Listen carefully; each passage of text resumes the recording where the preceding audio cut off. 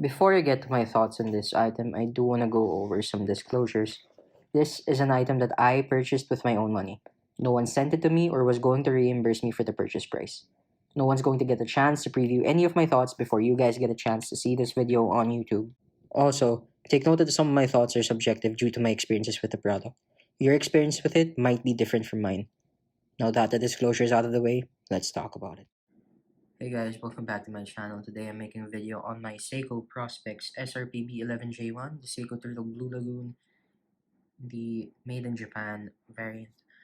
And I decided to make a video on this because I was planning to flip it together with two other watches, my Orient Neo 70s Panda Chronograph and my Orient Kamasu in red. Just a quick wristwatch check. I'm wearing my dad's Seiko 5 Sports from the early 2000s. I don't know the reference number for this. I just placed it on a mesh strap that I got from AliExpress. Great value. Just a bit of background story regarding my relationship with this watch. I got this watch late 2017 when I was in second year college. And at the time, I didn't know much about watches. I just saw it, thought it was a cool looking blue, was very unique, and the case shape is very different from the watches I was used to seeing. And I picked it up. I didn't know at the time that there was a K1 J1 variation, and I didn't even know that this was a limited edition watch. I was really surprised when it came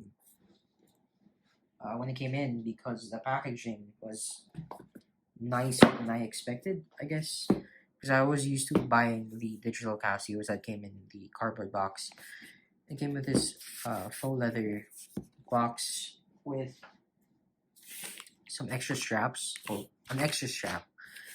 And so I guess, yeah, this is the watch that started it all, my love for collecting watches. So as for the specifications, this is a 44.3 steel case, 13.3 thickness, 47.25 lug to lug, 22 millimeters lug width. So pretty universal, easy to find straps for it. Flat hardlex crystal and a diverse 200 water resistance.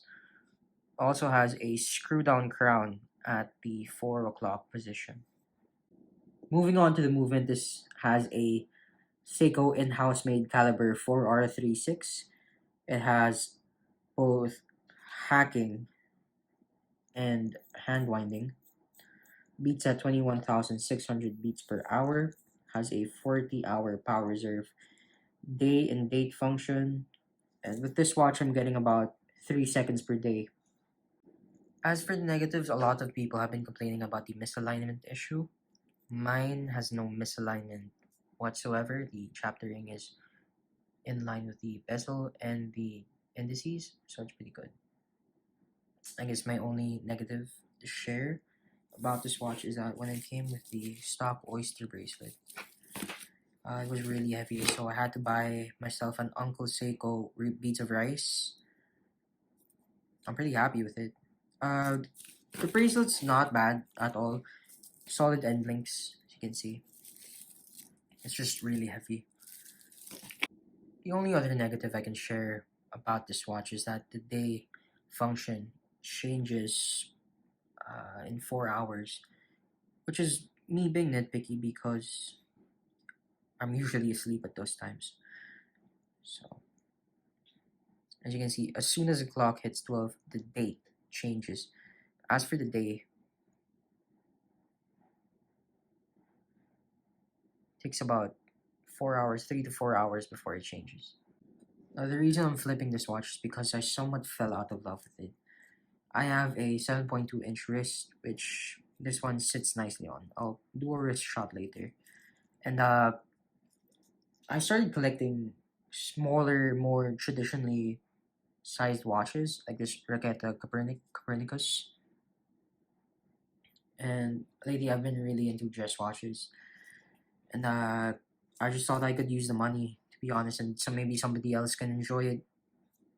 So here it is on my 7.2-inch wrist. Sits well, but in my opinion, I think it's pretty big. There's not much else I can say. It's a great value piece for $400 to $500. You can get yourself one for retail, and I would recommend doing so. So like I said, I am selling this watch. I'm gonna leave the link to my carousel post for this down in the description. It's complete with a box, the tags, the bracelets, well, the bracelets, and the silicone strap. So yeah, if you're from Manila or anywhere in the Philippines, I can arrange shipping. We'll talk about it. Just message me over on there. So I'm just going to leave a loom shot at the end of the video. If you like it, kindly please click like, and for more content, kindly subscribe. It really helps me out. Thanks, guys.